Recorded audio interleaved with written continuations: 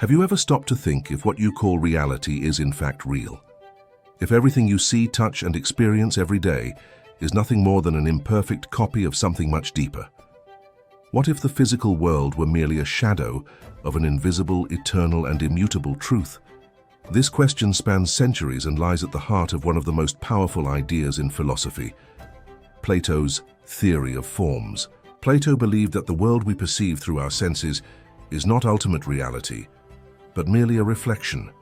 Everything we see is constantly changing, subject to time, decay, and imperfection. A tree grows, ages, and dies. An object breaks, an opinion changes.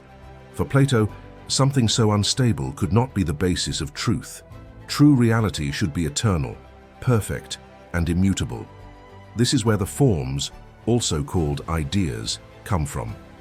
Universal principles that exist beyond the material world. The forms are the essence of everything that exists. There is the form of beauty, of justice, of goodness, of equality, of the triangle. Not a triangle drawn on paper, but the perfect idea of a triangle which never changes. All physical triangles are merely imperfect approximations of this form. Similarly, when we recognize something as just or beautiful, we don't do so by chance. It's because at some level our consciousness has already come into contact with these universal forms. According to Plato, the human soul is not born empty. It carries a deep memory of these truths. To know, therefore, is not to learn something new, but to remember. This process is called Anamnesis, the recollection of what the soul already knows. When something makes sense immediately, when a truth seems obvious without needing explanation, it's as if something inside you is remembering. True knowledge doesn't enter from the outside in, it emerges from the inside out. This idea connects directly to the famous allegory of the cave.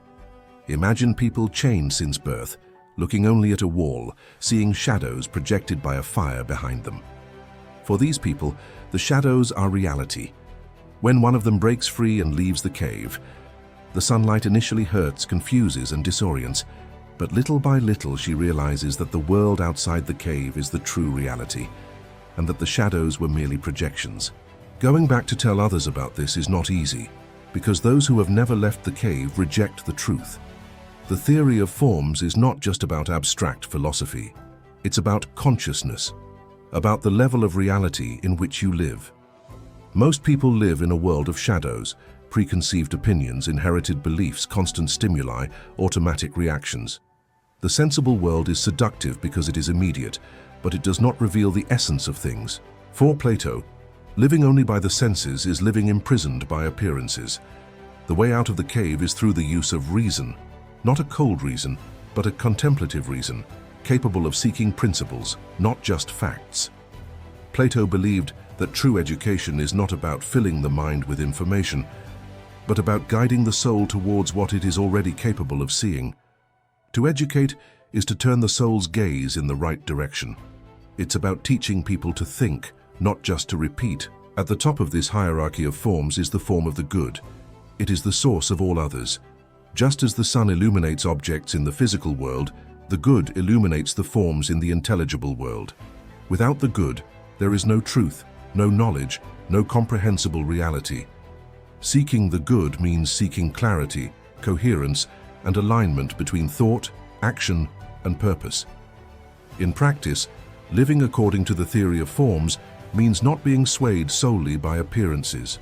It means questioning what seems obvious, investigating the essence behind phenomena, seeking universal principles instead of momentary opinions. It means developing the capacity for abstraction, reflection, and self-knowledge.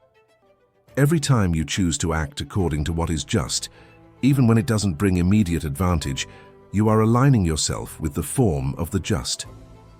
The modern world, like the cave, is full of shadows, screens, narratives, distractions, constant stimuli. Plato didn't know technology, but he deeply understood the human mind. He knew that without awareness, human beings confuse image with truth, opinion with knowledge, sensation with reality. Liberation begins when you realize that what surrounds you is not all that exists. The process of leaving the cave is not comfortable. It requires abandoning certainties, facing the unknown, and enduring the solitude of those who see beyond. But it also brings freedom, because those who know the forms are not easily deceived by appearances. They recognize patterns, principles, and structures behind the apparent chaos of the world. In the end, the theory of forms is an invitation to raise consciousness, to remember who you are beyond the shadows, to seek what is eternal in a transient world. Perhaps the most important question isn't what is real, but at what level of reality am I living? Because, as Plato taught us, those who remain in the cave call the shadows truth. Those who leave never see the world the same way again.